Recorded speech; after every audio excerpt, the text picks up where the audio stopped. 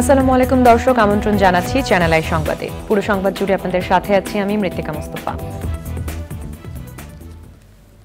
বিস্তারিত সংবাদের শুরুতেই জানিয়ে দিচ্ছি সুপার ফ্রেশ ফর্টিফাইড সয়াবিন তেল সংবাদ শিরোনামগুলো। কোটা সংস্কারের প্রজ্ঞাপন জারি আজই, বিস্তারিত জানাতে কিছুক্ষণের মধ্যে আইনমন্ত্রীর ব্রিফিং। ইন্টারনেট না থাকায় গ্যাস বিদ্যুতের প্রিপেইড গ্রাহকদের চরম ভোগান্তি, বিশেষ রিচার্জ নিতে স্থানীয় বিদ্যুৎ অফিসে ভিড়। শিল্প কারখানা খোলায় তাড়াহুড়ো না করে ধৈর্য ধরতে ব্যবসায়ী নেতাদের আহ্বান, ক্ষয়ক্ষতি মোকাবেলায় প্রধানমন্ত্রীর ওপর আস্থা। এবং সেনা পাহারায় কক্সবাজার ছাড়লেন আটকে পড়া কয়েক হাজার পর্যটক, জেলা প্রশাসনের তত্ত্বাবধানে 100 গাড়িতে বন্দোবস্ত।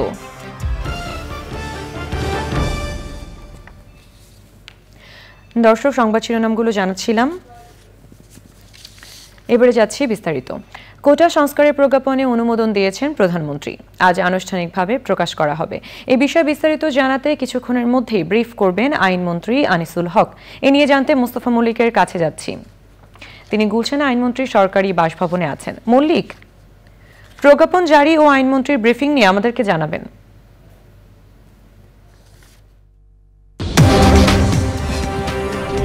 গুলশানে রাজনৈতিক কার্যালয় রয়েছে সেখানে, এবং পরিবেশ পরিস্থিতি দেখে নিশ্চয়ই বুঝতে পেরেছেন, এবং আপনি যে প্রশ্নটি করলেন, গত রাতেই আসলে প্রজ্ঞাপন যেটা হয়েছে সেটা চূড়ান্ত অনুমোদন দিয়েছেন প্রধানমন্ত্রী শেখ হাসিনা, এবং তারপরে গণমাধ্যমগুলো আসলে এখানে তার আগে যে রায় হয়েছিল সেটা তো আমরা সবাই জানি, যে যত শতাংশ দেওয়া হয়েছে মেধা কোটায়, মুক্তিযোদ্ধাদের কোটায়, বিশেষ চাহিদা সম্পন্ন এবং তৃতীয় লিঙ্গের যারা রয়েছে, সেই প্রজ্ঞাপনটা প্রধানমন্ত্রী অনুমোদন দেওয়ার পরে আসলে সেটি চুলচেরা বিশ্লেষণ করতে অথবা গণমাধ্যমকে পুরোটাই জানাতে হয়তো আইনমন্ত্রী সংবাদ সম্মেলন ডেকেছেন, যেটি 2:30টার সময় এখানে হওয়ার কথা। তার সঙ্গে আরও 4 জন মন্ত্রী থাকবেন বলে আমরা জেনেছি।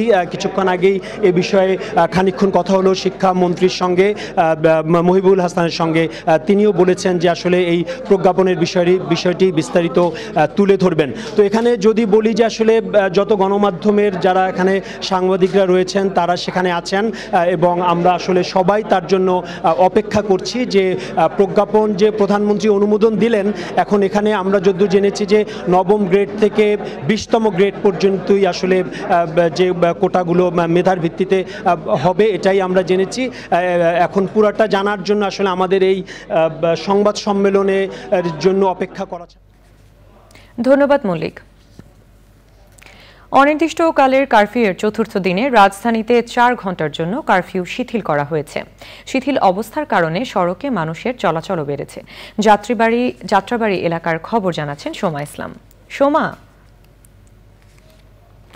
লাগাতার নটোরিয়াস পরিস্থিতি থেকে মানুষ স্বাভাবিক জীবনে ফিরতে শুরু করেছে। সেই স্বাভাবিক জীবনে ফেরার ছবিটাই এবং ফেরার দৃশ্যটাই আমরা সকাল থেকে দেখাচ্ছিলাম সায়দাবাদ, যাত্রাবাড়ি এবং ডেমরায়।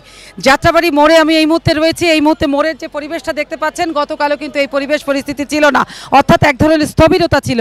সেই স্থবিরতা কাটিয়ে মানুষ স্বাভাবিক জীবনে ফিরতে শুরু করেছে, কারণ মানুষকে চলতে হবে জীবন আর জীবিকার তাগিদে। এখানে যে ক্ষুদ্র ব্যবসায়ী আছে এবং যে দোকানপাটগুলো আছে, এটা ঘনবসতিপূর্ণ এলাকা, তারা কিন্তু কেউ গতকালকে সবাই দোকানপাট বন্ধ রাখলেও আজকে আমি দোকানদারদের সাথে একটু কথা বলবো, তারা কবে খুলেছেন তাদের দোকান। ভাই, এই ফলের দোকান কতদিন বন্ধ রাখছিলেন আর কবে খুলছেন? এই 4 দিন ধরে তো বন্ধ। 4 দিন আর কি, সব আমটাম পাইকা নষ্ট হয়ে গেছে। আজকে খুলছি, আজকে দেখতেছি যে মানুষজন স্বাভাবিক আছে, এই জন্য আর কি আসছি। ফল ব্যবসায়ীর সাথে কথা বলছিলাম, তার ফলের ক্ষতি হয়েছে, ফল নষ্ট হয়েছে এই সহিংসতার কারণে। আমরা এখন চলে যেতে চাই পাশের আরেকটি দোকানে। এখানে যতগুলো দোকান দেখছি এতদিন কিন্তু খোলা ছিল না, আজকে কিন্তু দেখতে পাচ্ছি অনেক দোকান খোলা। আজকে একটু কনফেকশনারির সাথে কথা বলবো। আপনার এই দোকান কবে খুলেছেন? আজকে খুলেছে। আজকে খুললেন কেন? গতকাল খুলেননি, আজকে কেন খুললেন? গতকালকে সহিংসতা ছিল, এই জন্য খুলতে পারিনি। আজকে কি স্বস্তি আর ভয় কেটেছে? জি, আজকে স্বস্তি আর ভয় আসছে, এই জন্য আমরা দোকান খুলেছে। একটু পাশের দোকানের সাথে কথা বলি এবং দেখতে পাচ্ছেন যে সাধারণ মানুষও কিন্তু তার প্রয়োজনে বের হয়ে গেছে, কিন্তু পথে পথে কিন্তু আইন শৃঙ্খলা বাহিনী টহলে রয়েছেন। ভাইজান, আপনার কি কি ক্ষতি হয়েছে আর দোকান কবে খুলছেন? গতকালকে খুলছিলাম, খুললে আতাবেলা বন্ধ রাখছিলাম, পরে আবার গেছি গা। আজকে খুলছি, এবারকে পান সুপারি তো সব নষ্ট হয়ে গেছে গা। কিন্তু আমরা এখানে দেখতে পাচ্ছি একজন চাল ব্যবসায়ী ভাইকে। ভাই, কবে খুলছেন দোকান? আপনি একটু যদি কাছে আসতেন। কয়দিন দোকান বন্ধ রাখছিলেন?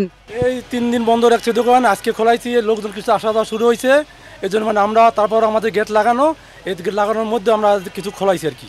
তার মানে এখন একটা সাহস পাচ্ছেন, স্বস্তি ঠিক আছে আর কি, আমাদের ভয়টা কেটে গেছে আর কি। ভয়টা কেটে গেল কেন বলেন তো? এই যে মানুষ আসা যাওয়া করতেছে, চলাফেরা করতেছে, সেনাবাহিনী পাহাড়ে দিতে আছে, এই জন্য আমাদের সুবিধা হয়েছে। অসংখ্য ধন্যবাদ ভাই আপনাকে।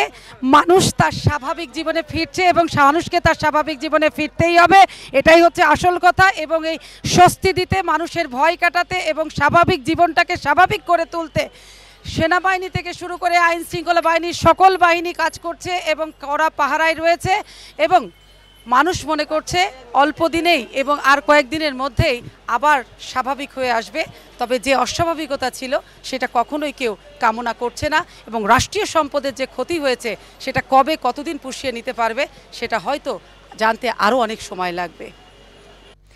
ধন্যবাদ সোমা। তেজগাঁও এলাকায় রয়েছেন লায়লা নওশিন, এবারে তার কাছে যাচ্ছি। নওশিন, কারফিউ শিথিল করার পর তেজগাঁও এলাকার পরিস্থিতি কেমন দেখছেন?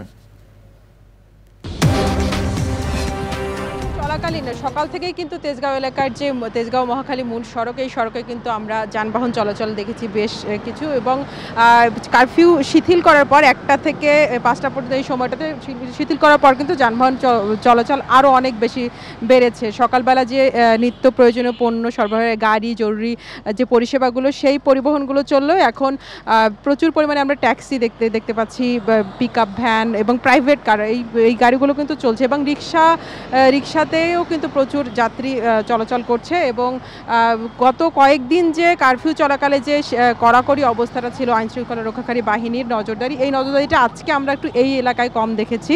এবং সাধারণ মানুষ আসলে টানা এর আগে 3 দিন ধরে কারফিউর মধ্যে থেকে চতুর্থ দিনে 4 ঘন্টার শিথিল যে পেয়েছে, এই শিথিল সময়টাতে আসলে তারা শুধুমাত্র ঘরের বাইরে গিয়ে প্রয়োজনীয় কাজ না, একটু দূর দূরান্তেও যাচ্ছে, অর্থাৎ হয়তো এক গন্তব্যস্থল থেকে একটু দূরের জায়গাও তাদের যে প্রয়োজনীয় কাজ আছে সেই কাজগুলো করার জন্য যাচ্ছে। এবং আমরা যে কথা বলেছি কয়েকজনের সাথে, তারা জানিয়েছে যে কারফিউটা যেন দ্রুতই এই যে সময়সীমাটা যেন খুব বেশি বাড়ানো না হয় এবং তারা খুব দ্রুত স্বাভাবিক জীবনে ফিরতে চায়। মৃত্তিকা, ধন্যবাদ নওশিন। ইন্টারনেট সংযোগ না থাকায় এখনও টাকা রিচার্জ করতে পারছেন না গ্যাস ও বিদ্যুতের প্রিপেইড মিটারের গ্রাহকরা। তবে তাদের জন্য বিশেষ ঋণ সুবিধা দিচ্ছে স্থানীয় বিদ্যুৎ অফিস। এজন্য গ্রাহকদের কোনো টাকা দিতে হচ্ছে না। বিস্তারিত জানাচ্ছেন রফিকুল বাশার। এখন আমাদেরকে কার্ড লোড দিচ্ছে না, আমাদেরকে ক্রেডিট দিচ্ছে আর কি, লোন দিচ্ছে। এটা পরে যখন আমাদের নর্মাল সিস্টেমে চলে আসবে তখন আমাদের অ্যাকাউন্ট থেকে এটা অ্যাডজাস্ট করবে আর কি। লোন দিচ্ছে আর কি, 3000 টাকা করে লোন দিচ্ছে, আমাদের দিচ্ছে না আর কি, ওই টাকা ভরানো যাচ্ছে না আর কি। বিদ্যুতের প্রিপেইড মিটারের কার্ডে নিজস্বভাবে টাকা রিচার্জ করা যাচ্ছে না, তাই বিদ্যুৎ অফিসে এসেই কার্ড রিচার্জ করছেন গ্রাহকরা। কার্ডে টাকা থাকলেও অজানা আতঙ্কে অনেকে এসেছেন রিচার্জ করতে। এখন লাল বাতি জ্বলতেছে মিটারে, হ্যাঁ, কারণ যে কোনো সময় চলে যাবে, তা আমি রিস্ক নিতে চাই নাই। বিদ্যুৎ তো চলছে, ইমার্জেন্সি ব্যালেন্স দিয়ে চলছে। ইমার্জেন্সি যে কার্ড শেষ হয়ে গেলে দ্রুত এই কার্ডের মাধ্যমে আমরা পাঞ্চ করে বিলটা পরিশোধ করা যাচ্ছে। চলমান পরিস্থিতিতে গ্রাহকদের জন্য বিশেষ সুবিধা দেওয়া হয়েছে। বিদ্যুতের কার্ড রিচার্জ করতে এখনই কোনো টাকা পরিশোধ করতে হচ্ছে না। প্রতি মিটারে 3000 অথবা সর্বোচ্চ 5000 টাকা পর্যন্ত ঋণ দিচ্ছে বিদ্যুৎ বিভাগ। পরবর্তী সময়ে যখন গ্রাহক কার্ড রিচার্জ করবেন তখন এই টাকা স্বয়ংক্রিয়ভাবে কেটে নেওয়া হবে। 24 ঘন্টা সার্ভিস পাবেন, সকাল 8টা থেকে রাত 10টা পর্যন্ত রিচার্জ করতেছি আমরা। শুধু রিচার্জ করে দিচ্ছি গ্রাহককে, যাতে তার বিদ্যুৎ ব্যবস্থাটা সচল থাকে। পরবর্তীতে গ্রাহক যখন রিচার্জ করবে তখন এই টাকাটা আমরা সমন্বয় করে নেব। যে টাকা ঋণ দেওয়া হচ্ছে তা বর্তমান বিদ্যুতের দামেই হবে বলে জানিয়েছেন কর্তৃপক্ষ। অনেকেই প্যানিকে পড়ে কিংবা এই যে একটা শুনতে পাইছে যে সরকার থেকে ৩,০০০ টাকা বা ৫,০০০ টাকা রিচার্জ করে দেওয়া যাচ্ছে, এটা তাদের কিছুটা ভ্রান্ত ধারণাও আছে যে এই টাকাটা তাদের কাছ থেকে আবার এটা সম্পূর্ণই লোন। গত কয়েকদিনের তুলনায় ভোগান্তি কিছুটা কমেছে বলে জানিয়েছেন গ্রাহকরা। Rafiqul Bashar, channel I, Dhaka. শিল্প কারখানা খোলার জন্য তাড়াহুড়ো না করে প্রধানমন্ত্রীর পরামর্শ মতো ধৈর্য ধরতে ব্যবসায়ীদের প্রতি আহ্বান জানিয়েছেন ব্যবসায়ী নেতারাও। অতীতের সব সংকটের মতো গত কয়েকদিনের অচলাবস্থা কাটিয়ে উঠতেও প্রধানমন্ত্রীর উপর আস্থা রাখছেন বলে জানিয়েছেন তারা। মাসরুর শাকিলের রিপোর্ট। কোটা আন্দোলনকে কেন্দ্র করে দেশজুড়ে সংঘর্ষ, ধ্বংসযজ্ঞ, অচলাবস্থার পর সোমবার নিজ কার্যালয়ে প্রধানমন্ত্রী আনুষ্ঠানিক বৈঠক করেন ব্যবসায়ী নেতাদের সঙ্গে। ব্যবসায়ী নেতারা জানিয়েছেন তারা প্রধানমন্ত্রীর বক্তব্যে আশ্বস্ত হয়েছেন। ব্যবসায়ী ভাইরা যেন কোনো রকমের উত্তেজিত না হন, নিরাপত্তা আমাদের প্রয়োজন আছে। সম্পূর্ণ নিরাপত্তা যদি আমরা না পাই তাহলে আমাদের ফ্যাক্টরি চালিয়ে লাভ নেই। আমরা আরও কয়েকদিন দেখতে চাই, মাননীয় প্রধানমন্ত্রীর নির্দেশনা চাই। উনি যখন বলবেন নিরাপত্তা ফ্যাক্টরি চলবে, আমি মনে করি তখনই ফ্যাক্টরিগুলি চালানোর দরকার। আশা করি আগামীকালের মধ্যে আমাদের আমদানি এবং রপ্তানি আমরা স্বাভাবিকভাবে আমরা করতে পারবো নিরাপদে, ইনশাল্লাহ। সেই কথাই আমাদেরকে আশ্বাস দিয়েছেন। এবং ইন্টারনেট যোগাযোগের বিঘ্ন ঘটার কারণে আপনারা জানেন আমরা আমদানি রপ্তানিতে ব্যাহত হচ্ছে। ব্যবসায়ী নেতারা মনে করেন এটি কোনো আন্দোলন নয়, আন্দোলনের উপর ভর করে লুটতরাজ ও ধ্বংসযজ্ঞ। ভবিষ্যতে এ ধরনের অরাজক পরিস্থিতি এড়াতে পুলিশ ও গোয়েন্দা সংস্থাকে আরও বেশি দক্ষতার সাথে কাজ করার আহ্বান জানিয়েছেন তারা। কোনো মানুষের ইচ্ছাকৃত, এটা কোনো শয়তানের কাজ না, এটা কোনো রাজনৈতিক দলের কাজ হতে পারে না।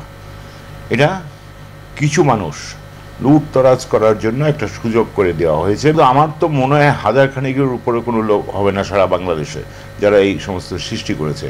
এই ১০০০ খানেক লোককে জব্দ না করলে আবার আমরা এই প্রবলেম করব। যেহেতু এ ধরনের ঘটনা এর পূর্বে হয়নি, এটাই প্রথম।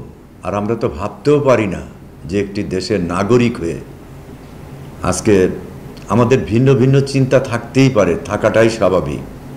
কিন্তু বিগত দিনে তো দেখিনি কোনো দিন এত বড় ভয়াবহ ভাবে দেশের সম্পদ ধ্বংস করতে কখনো দেখিনি।